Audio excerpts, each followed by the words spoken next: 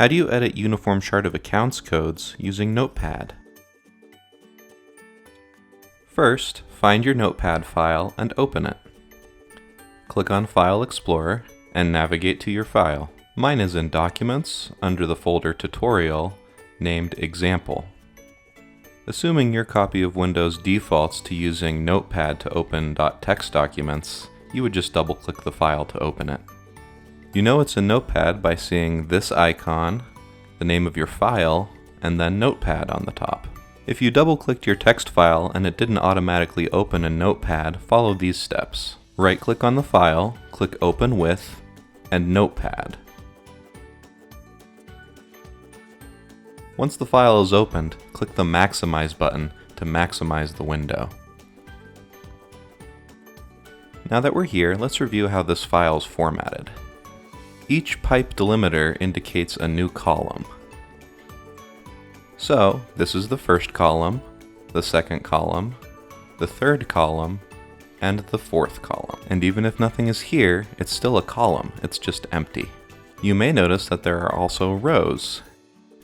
This is the first row, the second row, and the third row. We can see the first row, first column here, and the second row, second column here, just like in a spreadsheet. In this file, we only care about one column, the Uniform Chart of Accounts column. Our example file isn't that long, but if yours is longer, use the scroll bar at the bottom to scroll to the end. Uniform Chart of Accounts codes will usually be at the end of the file. Some rows may look longer than others, and this is simply because some of its columns may have longer descriptions.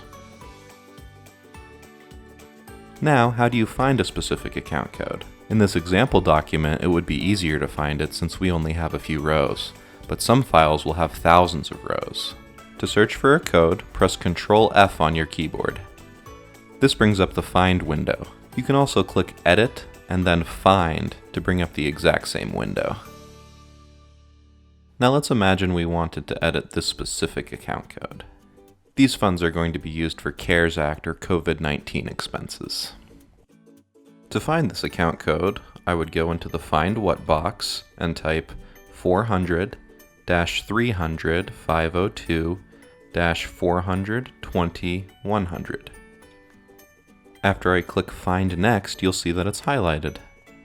To find another instance where this code shows up in our file, you would just click Find Next again. But in our small file, that's the only instance.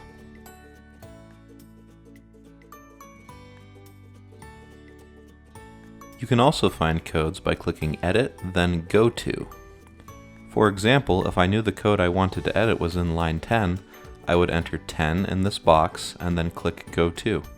Now you can see it automatically placed my cursor at line 10.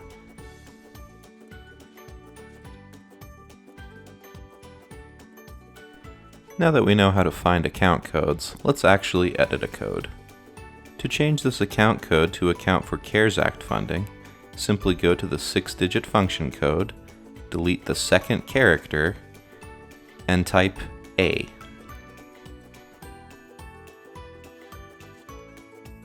We can do this as many times as we need to. Make sure when you're making these edits, it's in the 6-digit function code and it's the second character that you're deleting and replacing with an A. If you insert the A here, the file will be invalid. It must be inserted as the second character of the 6-digit function code. Now, what if we needed to split a code for some reason? Let's use this transaction as an example. Let's imagine only half of this transaction is eligible for CARES Act funding, and we need to split it 50-50.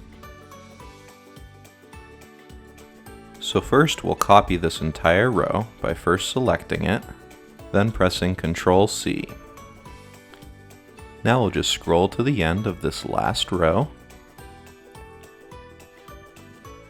place our cursor there, then we'll press Enter, and that will allow us to create a new line at the end.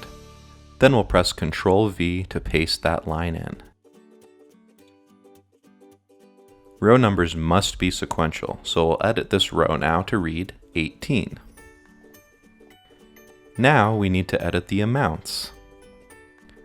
Since we're splitting this 50-50, we know this amount needs to be 20,000, And now this second amount we just copied needs to be 20,000. And lastly, for the second account we just created, we'll edit it to account for COVID-19 funds by inserting the A as the second character of the 6-digit function code. Now that we've edited our accounts, how do we save the file? Simply click File, then Save. You can also press Ctrl S. If you'd like to rename your file, you can click File, then Save As. And we'll rename our file Example Cool. Now let's verify our changes were saved. Click the red X to close the file, then navigate to your directory where your file's saved, and double-click it. Great, it looks like our changes are saved. Your file is now ready to be uploaded to the state reporting system.